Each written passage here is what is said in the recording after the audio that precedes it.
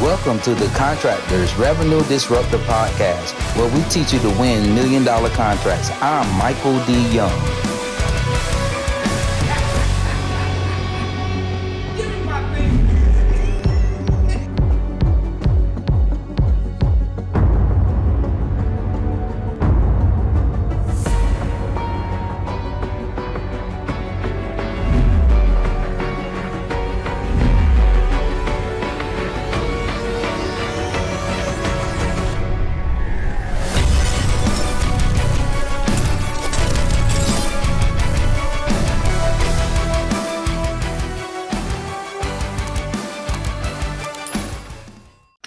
What's up, everybody? I'm Michael D. Young, and welcome to the Revenue Disruptor Podcast today. We have a new episode, and I want you to totally sit back and enjoy this interview session with none other than my friend, my boy, my ace-boon coon, as they say, Jason Albu with Albu and Associates.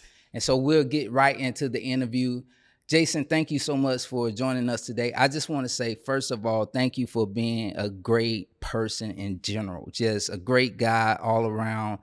I love being around people that have the same core values as me, people that have the same ethics, you know, me having a strong faith in God and just enjoying your presence, man, because I've recognized in this industry, it's hard to find that. So I treat you just like a brother from another mother, you know, so thank you. And for those that may be watching this episode, Jason and I have worked together. We've had joint venture agreements. We're currently entering a new agreement on a project here in Orlando in an association type of an agreement. And so it's just great to have relationships, great to have partnerships. And you must understand that you cannot underestimate the power of relationships and partnering with other people. So welcome, Jason. Well, thank you, Michael. It's an honor to be here. I couldn't believe you asked me to come sit and talk to you today. It's unbelievable. Yeah. So it's been, you know, a lot of years we've known each other, and I have so much respect for all that you've done with your businesses, plural, and all you've done with your life. I don't know how you do it all. You put everything together. It's amazing. So I have a lot of admiration. So I'm very honored and feel privileged to be here to talk to you today. Yeah, thanks, man. I know that you have come into Albu and Associates. Your father was the founder of your construction company, and I'm not sure where he's grown from, but I know you all probably do tons of projects, millions of dollars in revenue, and over the years you have grown. Can you just talk a little bit about maybe where your father started, how you all have grown now that yourself and your brother are running the business? Sure. So my father is originally from Brazil. So he, like many people from South and Central America, he got on a boat, sailed in from Brazil and ended up in the United States. Did he get on the boat on his own though? Well, he went with he went with his brother, his two sisters, his mom, and it was more like a shipping container boat. It wasn't even like a cruise ship. It was like they stayed in some tiny barracks room, and it wasn't really a pleasure cruise. It was just a means to get to the United States. Right. And so they came to the United States and started living. He went to school here, and then like many, he actually went back to Brazil because sometimes it's tough to stay in the States, and then finally came back around and just ended up staying here. Started going to college in the United States, which he was fortunate enough to do, and then eventually found his way to Orlando and started working in the construction industry down here. In Orlando, he got to work for some great companies. He's fortunate enough to get to work for some great companies, and then eventually decided in 2001 that he was going to start his own company after I think a lot of the entrepreneurs of the world say, I think I can do it better. I think I can do it better. Yeah, there's a lot of people that'll make you wonder and question, like, if they are able to be successful, I ought to be rich. Ain't that the truth? People that you think have the worst business acumen are super successful. Right. And you're going, how does it happen? Yeah, how does it happen? And I got a little bit more sense. Maybe I can do it a little bit better. And so that's what he did. And he started the company. And the problem he had was finding people he could trust. That was his big thing. How do I find people that I can trust in the business? So he ended up picking up the phone and calling me. So he figured, I hope I can trust my son. And so I went to work with him. So we worked in the guest bedroom of the upstairs of our house in Longwood. Pushed 2 desks together, barely fit in there. You had to squeeze in to get to your seat. Yeah. And he would just put sticky notes all over my desk. Call this guy, do this, do that, and then he'd send me out to the field to cover for a superintendent that wasn't there, and I would have to try to figure out how to run What to do. job site. Yeah, and I had no idea. I'm like, Dad, there's somebody hanging from the side of the roof. What do I do with this? Right. And so you kind of just kind of drinking through a fire hose. Right. So you got all your experience on the job, basically. You didn't go to school. You weren't formally trained or educated in that way, because I know you did go to college. I did go to college. I went to University of Florida. Oh, go Gators. Go Gators. Go Gators. And so I did study, but we did, my brother and I, neither of us studied construction. So, wow. So we were getting introduced to construction for the first time. And it's not really soft. It's a hard industry. I mean, it's very difficult to, people are rough and tumble, and it's not something that's easy to adapt to. So, but I started with me, and then my brother eventually came and started working as well because the company expanded. What happened was we found a Washington Mutual. Washington Mutual Bank, before they went out of business, were acquired by Chase, hired my father to build one of their first branches in Central Florida. And that's really was the catalyst for the growth of the company. And, he built one, and then he did 2 at a time. And then we were doing, 8, 10 a year before you knew it. And that's where everything kind of started. Wow. So let me interject there. That is a great point and a great strategy. And I teach this in my program.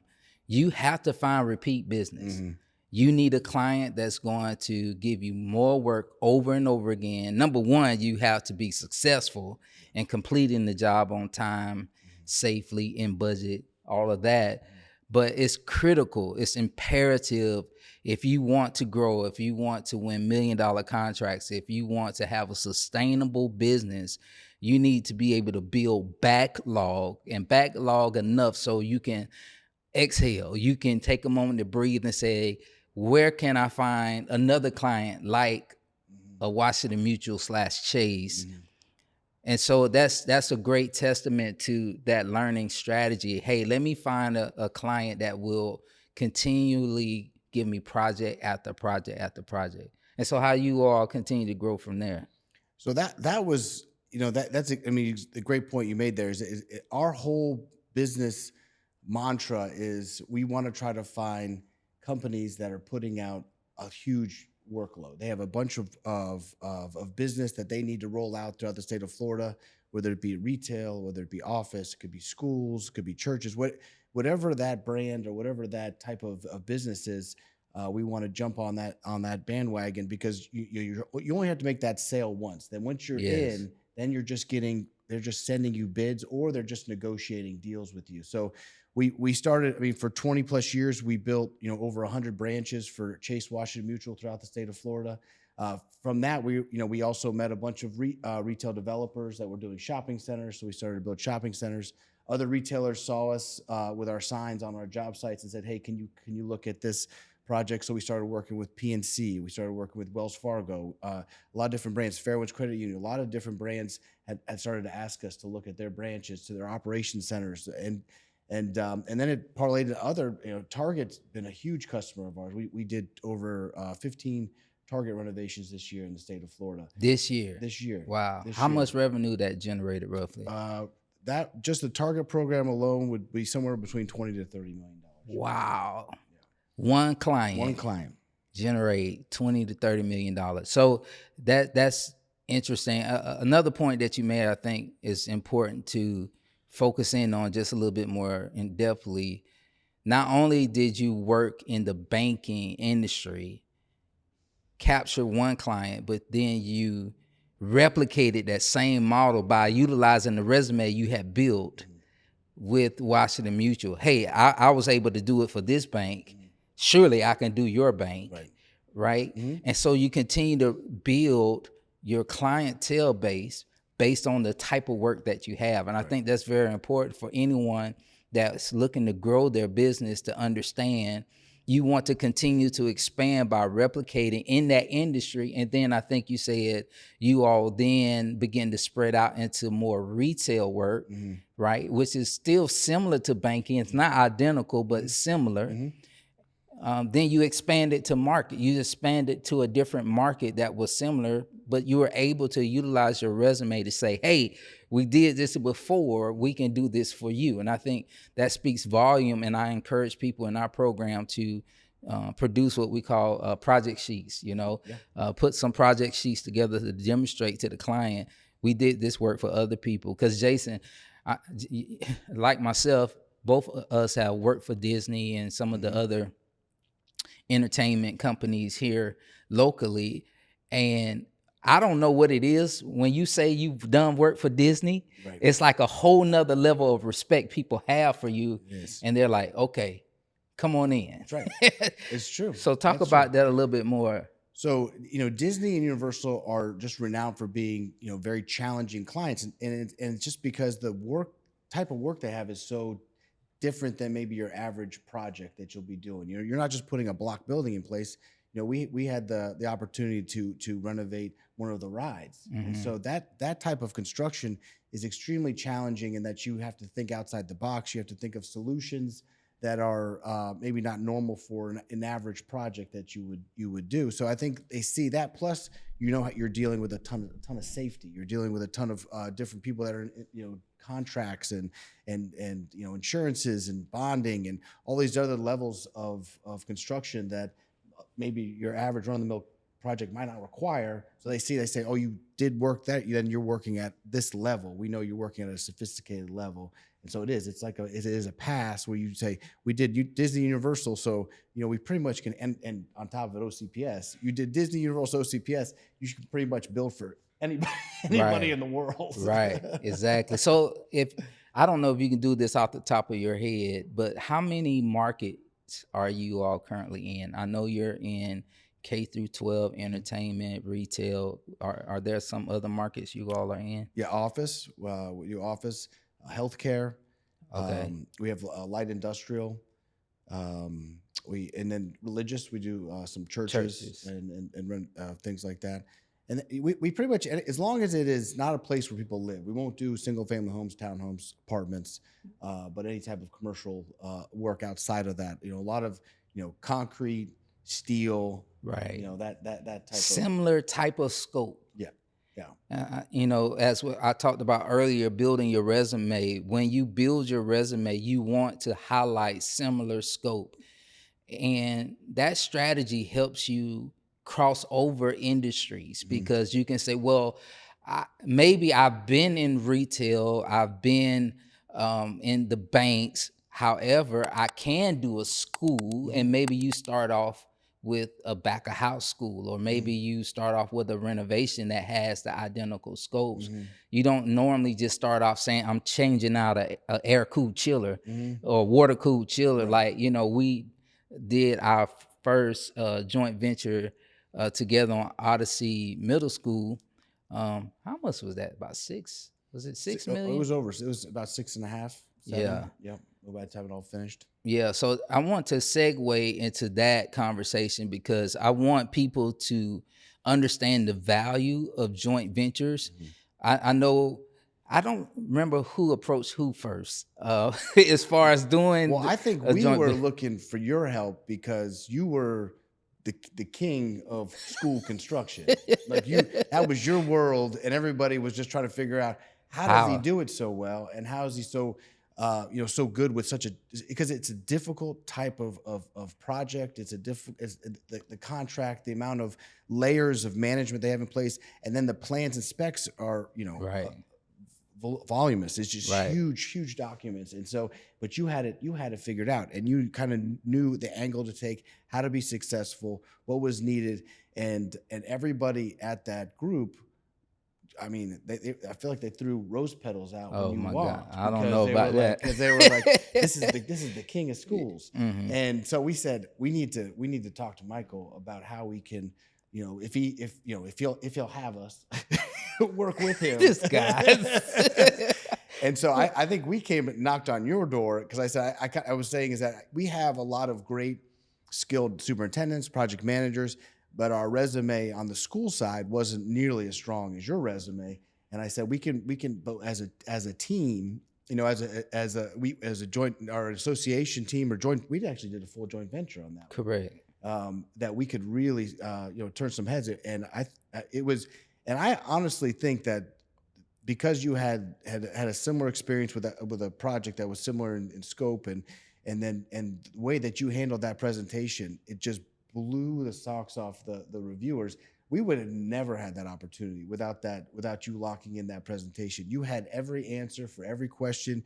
We had our presentation slideshow was addressing every problem that they had in the past on a project that was similar in scope, and we answered all of their problems before they even started asking us questions because of that experience. And so we took one of the hardest reviewers that I remember we submitted on with this guy. He gave us, like if you got it out of 10, he gave us like a 5. Oh my goodness. And when we got done, I think he gave us a perfect score. Wow. With that, and that's how we ended up solidifying that. And if you looked at all the other contractors that had presented that day, he scored them all at 5. Wow. Except for us. We were way up at Wow. 10 because we did right. But it was that thing where we have good experience, but you knew the client a lot better coming together. And I really think between the presentation and the overall project, the success of that, it went really well. But it comes with that you have to have respect for the company that you're working with. Wow, that's good. And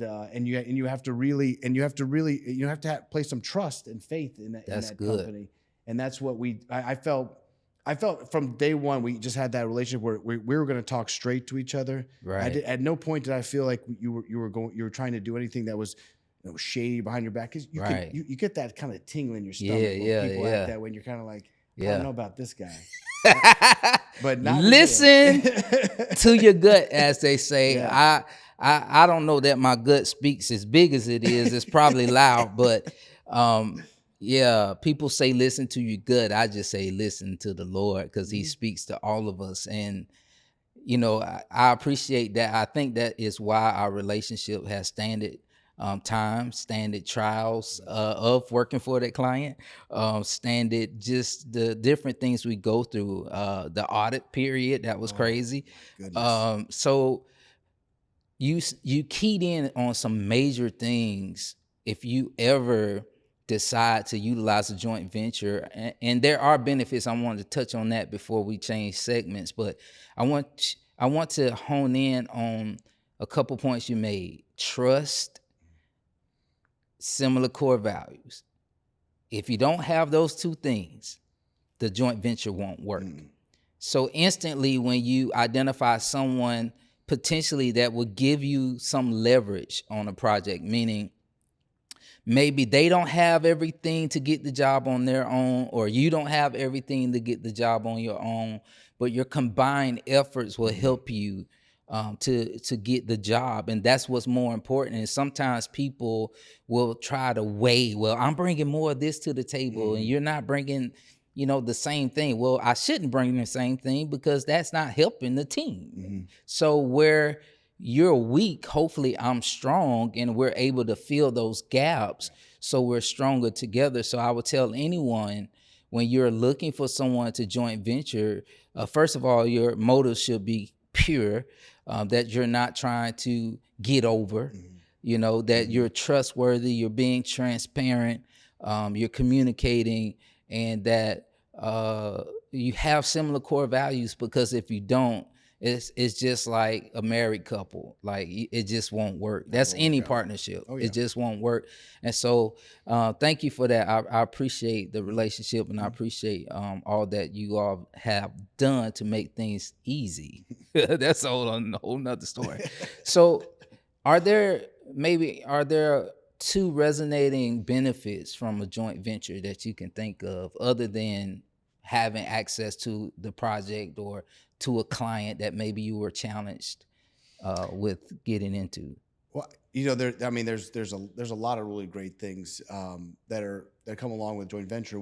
One is you're sharing risk. Mm-hmm. So say you're comfortable building, say, a $5 million job, but the project you're pursuing is 10 million. You're saying, well, if I want to split that risk with somebody, Right. I could do a joint venture with them, and that is always really, in construction, it's always about reducing risk for your company, because there's so many different ways that you can get hurt in construction. So you want to look at reducing that, and that's a great way to do it. But also, if you look at these projects, is that a project, say you get a project in January, it doesn't mean it's going to start in February. Right. That project, I think, started 4 years or 3 years or some ridiculous amount of time afterwards.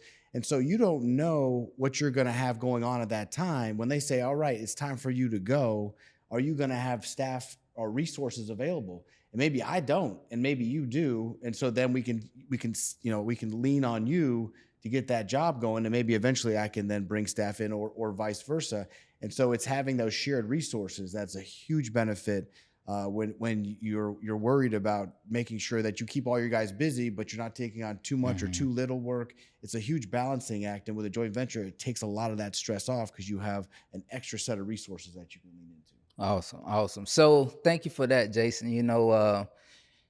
Another benefit of joint ventures on the financial side that I really love, I just really love, because it's a true profit center. All the costs associated with the project run through the project. Mm-hmm.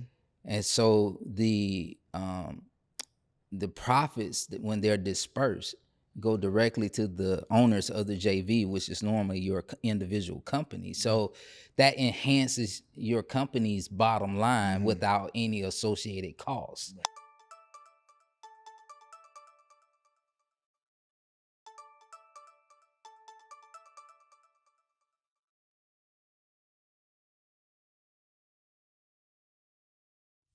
What's up, everybody?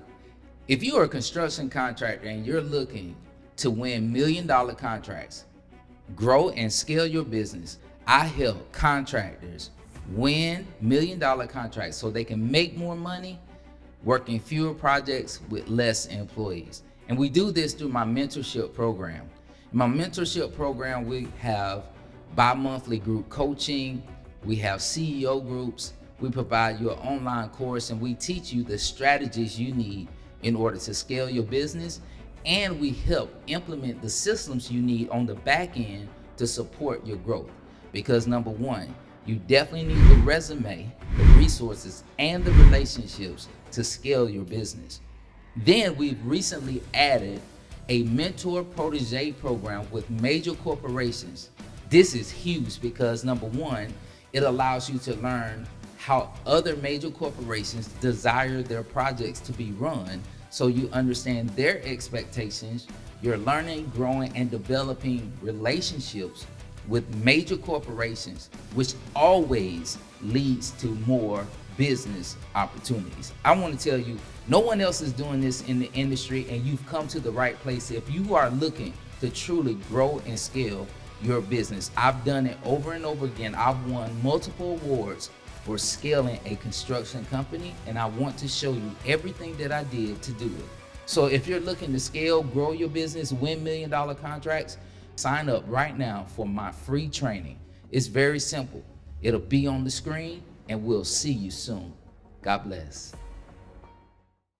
So now, instead of having 6% profit for the year, or 10 or whatever, now you've increased that by whatever percentage. Maybe it's only 1 or 2% because the profits is smaller against the revenue. However, it increased it. Yeah. And that helps you look better in front of banks and other potential clients. So I love joint ventures for that reason, as well as the capacity building, right? You're building capacity. Here in Orlando, the I-4 expansion corridor was a 3-way joint venture. And they did that, like you said, to spread risk and to increase capacity. I think that's really important for people that are looking to grow their businesses, that they should really consider a joint venture as an additional way to generate revenue. Mhm. So, Jason, let me ask you this. How long has Albu and Associates been around now?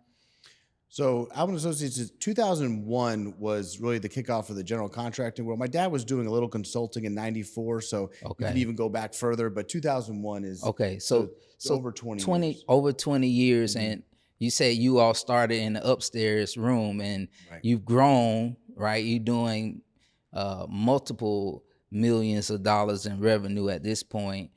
What are two things you would tell someone else that's out there that's maybe struggling right now? You know, they're like, hey, I can't even, procure $1 million project. Like, what advice would you give them? What are two things you say, hey, this is what we did, and I would advise you to do the same? So it is frustrating. It is challenging. When you have a newer business or a business that is seeing a slowdown in that pipeline, it can be very discouraging. So one thing that I would say is that you lean on those relationships that you have. If you have existing relationships, or if you can take the time to go to network and build some new relationships.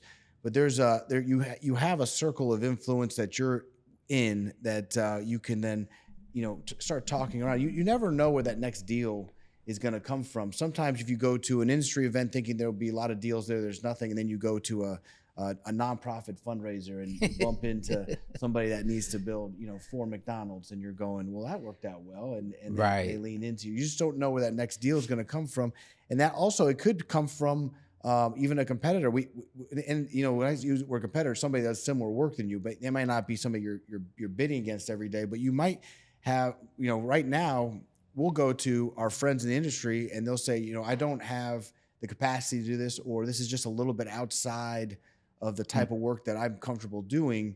And then they might look to then pass that owner or that opportunity on to you. So I'll go to other general contractors. I'll go to large construction managers, especially these big multinational corporations. They might say, well, this is a tiny $5 million job. I ain't got time for that. And you're like, that's a great job. That's perfect for me. That's a great job. If you want to pass that my way, Right. and they'll connect you and refer you. But you do have to have that relationship. You do have to try to work on building those relationships with those people, so when that opportunity comes up, they think of you and you're top of mind for that. But I like to lean on that. That's one thing that we do. And then and the other thing is that you just you have to have thick skin and persevere, because it is hard. Yeah, it is hard. So you got to do your best to whatever that is that can keep you going. And maybe it's taking a step back, taking a breath, finding that activity that's gonna re-energize you before you get back into the grind of getting things back on track. But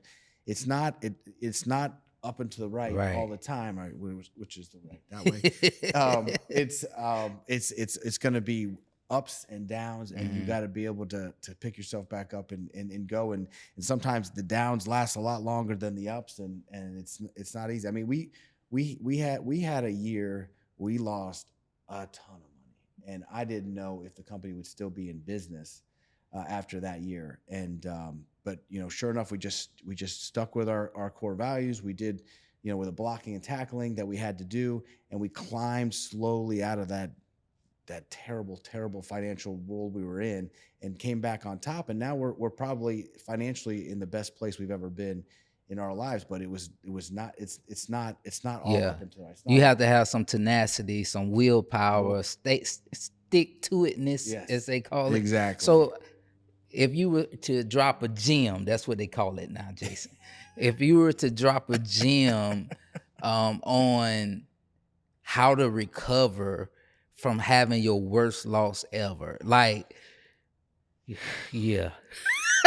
It was. I mean, no, everybody right now need to take a pause and listen to this. Like, what had to happen for you to be where you are today? I just want you to kind of think through that. I know that you haven't really thought about that, but can you identify one or two things that maybe help you turn? Well, I guess the hardest thing to do is basically put in the extra time and effort that you have to get things turned around, knowing that you're really not going to make very much money, if any money at all, for a long period of time. So you have to change your perspective and saying, we're gonna have to cut back on anything, personally that you normally spend money on, because that money's just not going to be coming in like it used to. We got to cut back on business expenses. We stopped. We for years we always had free Coca-Cola in the fridge and snacks in the drawer, and that hit, and we're like, no more Coke, no more. And it's not a huge number, but you got to cut back on everything, and you got to look at ways. And we tried. We did not have to cut back salaries, but I did have to cut staff. I had to reduce the staff. So instead of having some assistants here and doing there, you're ending up then carrying more of a load, making less money. But you're carrying that load because you have two options. You're either going to climb out of that hole, or you're going to go out of business. And, Chapter 7, Chapter 11, a reorganization, whatever it is. But you've got to buckle down and really, really, really drive forward and look at every possible way of cutting costs. And then you've got to lean on, like I said, that relationship word. You got to lean on all your relationships. How can I find those jobs where I have an ethical owner that's going to understand that construction is messy and it's going to be hard, but we're going to go through it together and we're going to come out victorious when Come we're on done. and preach. Because that's the thing, is that we got hurt because we were dealing with a bunch of crooks. Wow. And they decided at the end of the job, we're not going to pay you retainage. Oh my gosh. And in the construction world, in our world, that retainage is not, a lot of times is even more than just the fee that you make. It's paying the rest of your subcontractors off, your suppliers off. And then you get a little bit of money left over there for yourself to keep. And they didn't want to pay us that. Oh my gosh. And then on top of it, they want to try to litigate and all.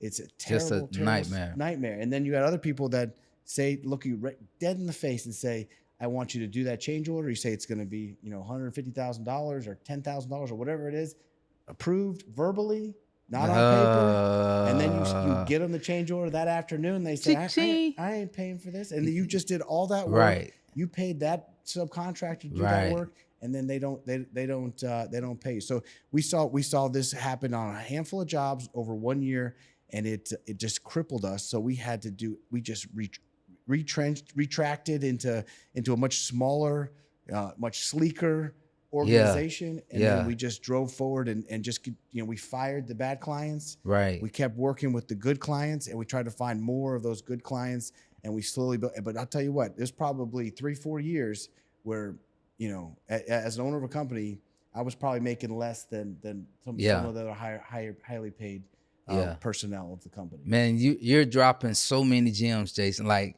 for real, this is some good stuff, because most people in this industry have faced that, but most do not know how to recover.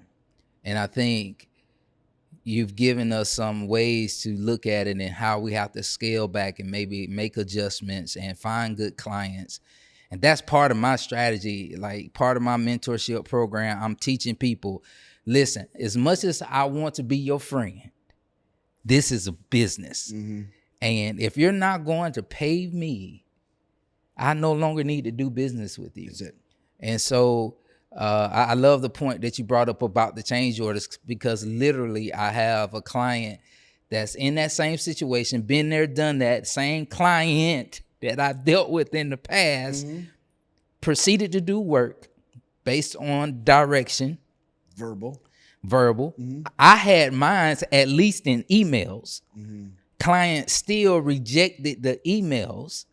So maybe, yes, I could have gone to court, but my contract says if you don't have a written change order that's executed, do not proceed. And I think for those that are listening to this, you really need to know that it's essential, it's vital for you to understand. Yes, you don't want to ruffle feathers. No, you don't want to upset your client or your project manager or the superintendent that is just trying to get the job done. But at the end of the day, it's like them living at your house. They don't pay for the light bill. They don't pay the rent. And I want you to understand this. You are the one that's going to pay when they're gone, and now that client is telling you, well, this is what the contract says. Why would we pay you for this and we don't have this paperwork? Mm-hmm. And I think for most of us that are really legitimately good people, mm-hmm. like trying to do the right thing, and that, Jason, doing the right thing has gotten me into more trouble. Oh yeah. And I have to say, okay, God, because I'm a man of faith, I'm like, God, this doesn't seem to work out right. All the crooks are getting rich and I'm struggling. Like, it didn't make sense. But this is what I recognize, Jason, is it was something I had to do internally to realize that I had to protect the business. Mm-hmm. And even though I want to be friends, I want to value the relationship, I have to understand that in order for my business to survive, I must abide by the contract. So my philosophy now, because I've lost hundreds of thousands, if not millions of dollars, because of that, I say I just will not proceed until I have a written change order. I'm not trying to be rude. Mm-hmm. I'm not trying to push back. I'm not trying to create bad blood or bad relationship. Mm-hmm. And I preface your request on that. Your contract says this. So you're telling me now to not to do something that's not in the contract? Right. And I think you have to start how would I say phrasing the language of the contract back to that client. Right. For them to understand. It reminds me of those that are in church. You know, I'm a preacher, so I can only reference church stuff. It's kind of like when we go to God and we say, God, your word says this, and things are not adding up in my life like it should, but your word says this, and we present the word back to God. I think it's similar to that. We have to represent the contract back to the client and let them know, listen, I'm just following the contract. I'm doing what I'm supposed to do. If I have to give you notice, you hate to see a notice. You think I'm trying to, get litigious, but it's not about that. I'm following the contract. And I think for me, that was a change I had to embody. Like, Michael, you just can't do that anymore. So now I'm teaching my clients, if you want to stay around in this business, that means you have to protect yourself. You have to protect the business and abide by the contract. Because as soon as you do something contrary to the contract, now you've opened up the doors for you to lose money. And you cannot stay in business when you lose money. It's true. So thank you for that. The last thing, man, I just want to ask, are there any other lasting words or things you can think of? I mean, having been on this journey, you all have a marvelous story. I hope it's told. If you haven't written a book yet, you should. Like, for real. Yeah. I mean, think about it. Not everyone has a family that has come from another country, have been in the place where they were able to not only adapt, but survive and then thrive in a world that's not really for the diverse community. Being Brazilian, I'm sure you've had some challenges and some things that you faced that maybe was unfortunate. Being able to navigate what they call the good old boy network and having to navigate that. And then I'm sure there was times where, like you said, you have those financial crises and you're like, I don't know how we're going to pull ourselves out of this. And you regain the fortitude to continue to keep pushing. I mean, are there any lasting points that you can think of to encourage someone else that's out there listening to this podcast? Do these things and you will survive. What do you think? Wow, that's a big ask, but it's been a lot of years now. I mean, 20 plus years I've been in the business, and there's a lot of things that I've learned along the way. And so maybe I'll just kind of bullet point.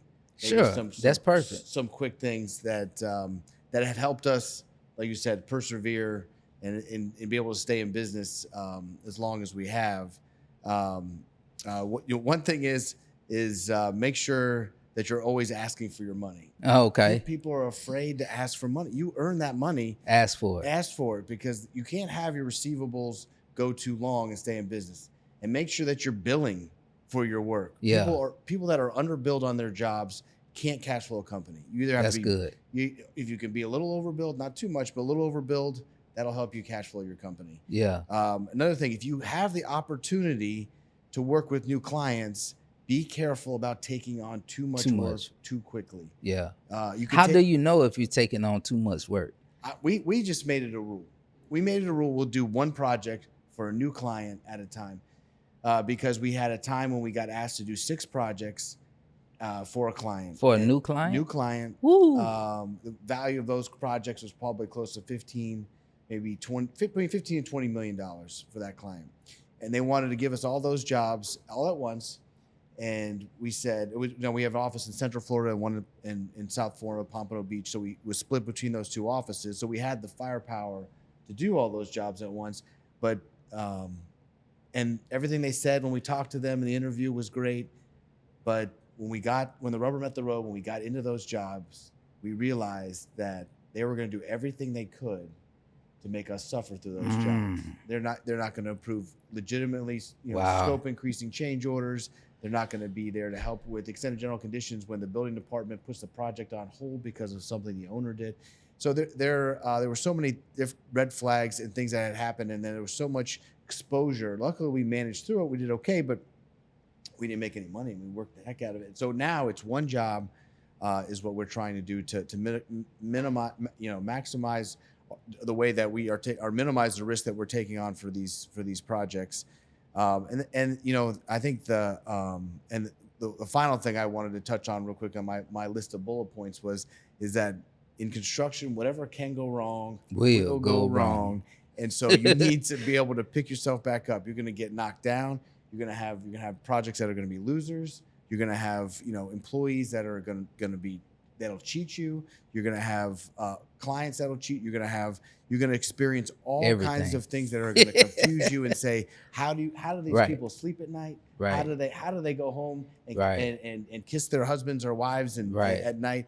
How do they look their children in the eye and do what they do in their professional life? And so I know developers that have made their millions from cheating contractors, cheating real estate, other brokers, and they have jets and they have Ferraris and they have multi-million-dollar homes and country club memberships, and you know what, I could never do that, because I could never cheat somebody to take advantage of them, for that type of gain. It makes no sense to me. But there's people out there that are looking to do it, and so you got to make sure that you're very careful. But then also, when you do get knocked down, you got to continually pick yourself back up. Got to get back up. You got to stay positive, and it's not easy every day, but you got to stay positive, and you got to realize that if you persevere, that you're going to be successful.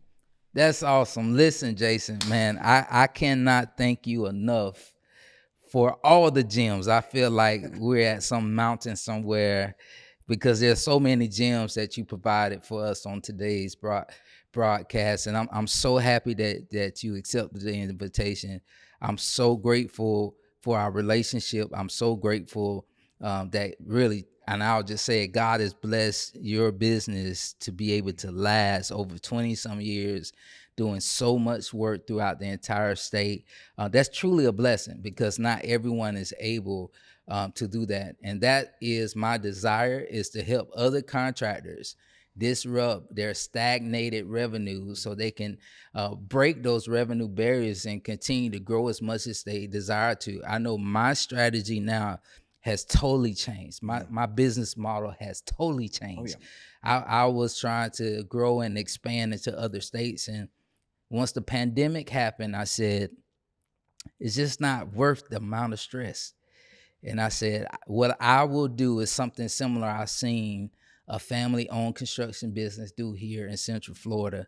They just started to grow the size of their projects and not the quantity of their projects. So I said, okay, Michael, instead of just doing $500,000 projects, 1 million, 2 million, I'm gonna start maybe just doing 3 or 4 or $5 million projects, and then maybe just 2 or 3 $10 million projects, and just grow that way. So my business model has changed, and I want to show other people, if they desire that type of business model, how they can ease some of the stress off of their lives and their families and their homes by adopting that model. This model is not for everyone. I have another guest coming on soon that has over 400 employees, and I'm like, I got up to about 27, and I remember that headache. I don't know how you deal with 400. And so we're going to have a good time with her. But thank you, Jason, for coming on and being with us today. You all give Jason a hand. We say thank you for being with us. It was awesome. And listen, if you're out there and you're watching this podcast, go ahead right now. We want you to subscribe because we want to see you in the next one. All right? See you soon. Thank you for joining us on today's episode. I'm so excited about your new journey. And if you are a construction contractor looking to win $1 million contracts, join me by going to www.winmilliondollarcontracts.com. See you soon.